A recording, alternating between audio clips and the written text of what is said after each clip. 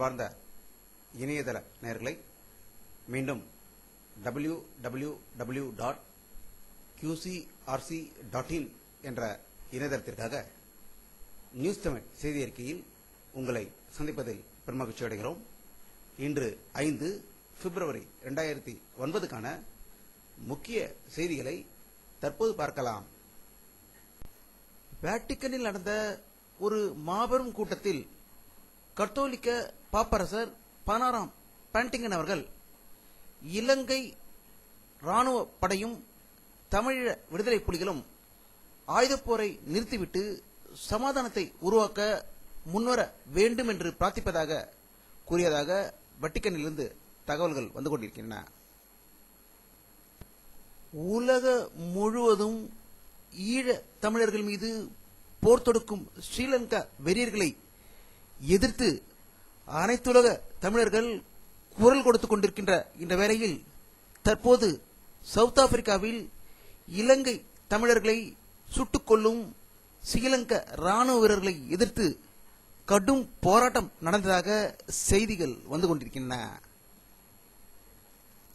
இலங்கையின் சுதந்திர தினமான 4 பிப்ரவரி ஆஸ்திரேலியாவில் உள்ள தமிழர்கள் கருப்பு தினமாக கொண்டாடியதாக தகவல்கள் வந்து கொண்டிருக்கின்றன. 8000 கோடியை கூட்டுக் கொள்ளையடித்து சத்தியம் கம்ப்யூட்டர்ஸை திவாலாக்கி விட்டு தற்போது அதற்கு புதிய நிர்வாகியாக அதில் பணியாற்றிய திரு ஏஎஸ் மூர்த்தியை நியமித்துள்ளதாகவும் கடன் நெருக்கடிகளை சமாளிப்பதற்காக 600 கோடி ரூபாய் வங்கிக் கடன் பெற உள்ளதாகவும் தகவல்கள் வந்து கொண்டிருக்கின்றன. இதை பற்றி அரசியல் ஒன்றுடன் கருத்து கேட்டபோது சத்தியம் கம்ப்யூட்டர் சொல்ல சொத்துக்களை விற்று அதன் மூலம் பணத்தை பெறுவதை விட்டுவிட்டு மீண்டும் மக்கள் வரியினால் இயங்கிக் கொண்டிருக்கும் வங்கிகளிலிருந்து 600 கோடி வாங்குவது ஒரு அதிர்ச்சி அளிக்கிறது என்றும் ஆந்திர முதல்வர் ராஜசேகர் ரெட்டியின் மகன் திரு ஜெகன் ரெட்டி இதில் முக்கிய பொறுப்பில் இருந்து இதை ஆட்டி படைத்தவர் என்று கூறியிருக்கிறார்கள். அப்பாவி ஈழத்தமிழர்களை கொல்வதற்காக இந்திய அரசு ஆயுதங்கள் இந்திய வீரர்களை அனுப்பி அங்கு கொல்வதற்கு வேண்டிய ஏற்பாடுகளை செய்து கொண்டிருக்கின்ற இந்த வேளையில் இந்தியாவில் 10,000க்கும் மேற்பட்ட இந்தியர்கள் தீவிரவாதிகளால் கொல்லப்பட்ட பாகிஸ்தான் தீவிரவாதிகள் என்று உலகமே அறிந்த நிலையில் பாகிஸ்தான் அரசு இன்று இந்தியாவுக்கு மற்றொரு அல்வாவை கொடுத்திருக்கிறது.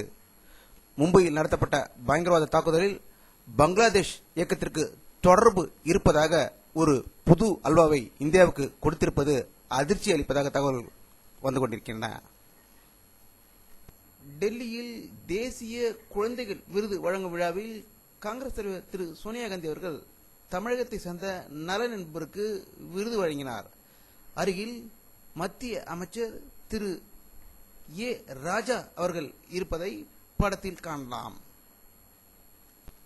காங்கிரஸ் தலைவர் சோனியா காந்திக்கு பயந்து வாய் மூடிக்கொண்டிருந்த உள்துறை அமைச்சர் ப சிதம்பரம் அவர்கள் தற்போது நாடாளுமன்ற தேர்தலை வருவதை நோக்கி இலங்கை அரசும் விடுதலை புலிகளும் சண்டையை நிறுத்திவிட்டு பேச்சுவார்த்தை தொடங்க வேண்டும் என்று கூறியதாக ஒரு அதிர்ச்சி தகவலை சிதம்பரம் அளித்திருப்பதாக அரசியல் வல்லுநர்கள் கருத்து தெரிவித்திருக்கிறார்கள்.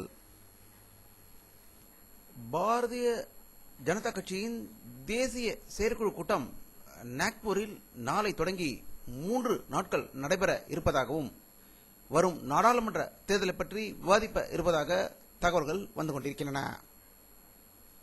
மும்பை ஐகோர்ட் வழங்கியுள்ள ஒரு தீர்ப்பில் அதன் தலைமை நீதிபதி வைதாந்த குமாரன் அவர்கள் மும்பை டிஜிபியான ஏஎன் ராய்க்கு மேல் 4 சீனியர் உயரதிகாரிகள் இருக்கும்போது இவரை நியமித்தது தவறு என்றும் சட்டத்துக்கு முரண்பாடாக உள்ளது என்றும் எனவே புதிய டிஜிபியை மகாராஷ்டிரா அரசு 4 வாரத்துக்குள் நியமிக்க வேண்டும் என்று தீர்ப்பளித்துள்ளதாக தகவல்கள் தெரிவிக்கின்றன.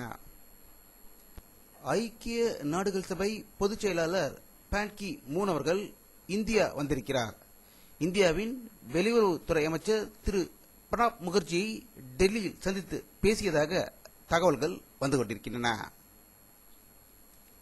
உலக நாட்டு தலைவர்கள் அனைவரும் ஸ்ரீலங்கா அரசை போரை உடனே நிறுத்த வேண்டும் என்று கூறியதற்கு ஸ்ரீலங்கா பிரதமர் போரை நிறுத்துவதற்கான வாய்ப்பே இல்லை என்று தெரிவித்திருப்பதாக தகவல்கள் வந்து கொண்டிருக்கின்றன. சென்னை தாம்பரத்திலிருந்து திருப்பி அனுப்பப்பட்டதாக கூறப்பட்ட இலங்கை விமானப்படை வீரர்களுக்கு பெங்களூர் அருகே உள்ள எல்ஹங்கா விமான தளத்தில் பயிற்சி அளிக்கப்பட்டு வரும் ஒரு அதிர்ச்சி தகவல் தற்போது வந்து கொண்டிருக்கிறது. இந்திய கம்யூனிஸ்ட் கட்சியின் தமிழ் மாநில செயலாளர் திரு தா பாண்டியன் அவர்கள் மதுரையில் செய்தியாளர்களிடம் பேசுகையில், இலங்கை இனப்படுகொலை குறித்து சர்வதேச நீதிமன்றத்தில் வழக்கு தொடரப்படும் என செய்தியாளர்களிடம் கூறியதாக மதுரையிலிருந்து தகவல்கள் வந்து கொண்டிருக்கின்றன. தமிழகத்தில் உள்ள அனைத்து கல்லூரிகளிலும் தமிழக அரசு மூடியதை எதிர்த்து உயர்நீதிமன்றத்தில் வழக்கு தொடரப்பட்டிருந்தது. இதற்கிடையில் இன்று தமிழக அரசு திடீரென்று மருத்துவ பொறியியல் கல்லூரிகளுக்கு மட்டும் 9ஆம் தேதி திறக்கப்படும் என்று செய்தி வெளியிட்டுள்ளதாக தகவல்கள் வந்து கொண்டிருக்கின்றன. ஈழ தமிழர்கள் மீது நடத்தப்படும் போர் நிறுத்தும் வரை காலவரையின்றி போராட்டத்தை தொடர சென்னை உயர்நீதிமன்ற வக்கீல்கள் முடிவு செய்துள்ளனர். இதற்கிடையில் தமிழகம் முழுவதும் வக்கீல்கள் தொடர்ந்து ஈழ தமிழர்களுக்காக குரல் கொடுத்து போராட்டங்களை நடத்தி கொண்டிருப்பதாக தகவல்கள் வந்த வண்ணம் இருக்கின்றன. இலங்கை தமிழர் பாதுகாப்பு இயக்கம் சார்பில் 7ஆம் தேதியன்று தமிழக முழுவதும் கிராமங்களில் கருப்பு கொடி ஏற்றும் போராட்டம் நடைபெற உள்ளது என்று அந்த அமைப்பு செய்தி வெளியிட்டிருக்கிறது. தமிழ்நாடு பிற்படுத்தப்பட்டோர் நல அமைச்சர் திரு KKSR ராமச்சந்திரன் அவர்கள் மாவட்ட அளவிலான கைத்தறி கண்காட்சியை மற்றும் விற்பனையை துவக்கி வைத்ததாக தகவல்கள் வந்து கொண்டிருக்கின்றன. தமிழ்நாட்டு திராவிட மன்னன் சோழ பரம்பரையினால் கட்டப்பட்ட சிதம்பர நடராஜ கோயிலை தீய தீட்சிகர்கள் கூட்டுக்கொள்ளை அடித்துக் கொண்டிருந்தார்கள். அதற்கு முற்றுப்புள்ளி வைத்து உயர்நீதிமன்றம் உத்தரவை பிறப்பித்ததை அடுத்து சிதம்பர நடராஜ கோயில் அறநிலைத்துறை கட்டுப்பாட்டில் வந்தது. இதையடுத்து 3வது நாளாக இன்று கோவிலுக்குள் உண்டியல் வைக்கப்பட்டது. அதை எதிர்த்த அயோக்கிய தீய தீட்சிகர்கள் தடுக்க வந்த போது அவர்களை போலீசார் அப்புறப்படுத்தியதாகவும் இத்தனை நாள் வரை கூட்டுக்கொள்ளை அடித்து கும்மாளம் போட்டவர்களுக்கு மூக்குடைப்பட்டதாகவும் தகவல்கள் வந்து கொண்டிருக்கின்றன.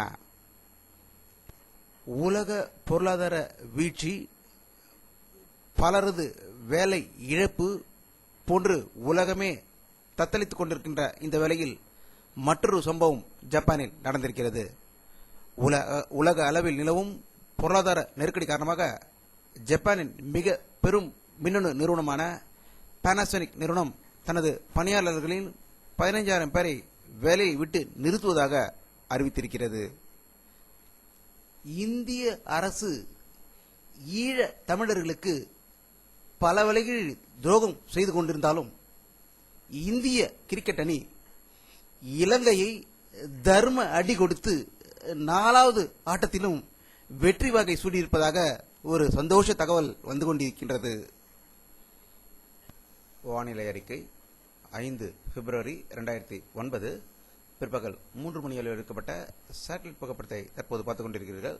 தமிழகத்தில் மேகமூட்டம் எதுவும் தெரியவில்லை என்பது இந்த படத்தில் தெரிகிறது. இத்துடன் இந்த செய்தி அறிக்கை நிறைவடைகிறது. மீண்டும் நியூஸ் தமிழ் செய்தி அறிக்கையில் உங்களை சந்திக்கும் வரை உங்களிடமிருந்து விடைபெறுவது உங்கள் K. பாலாஜி. நன்றி.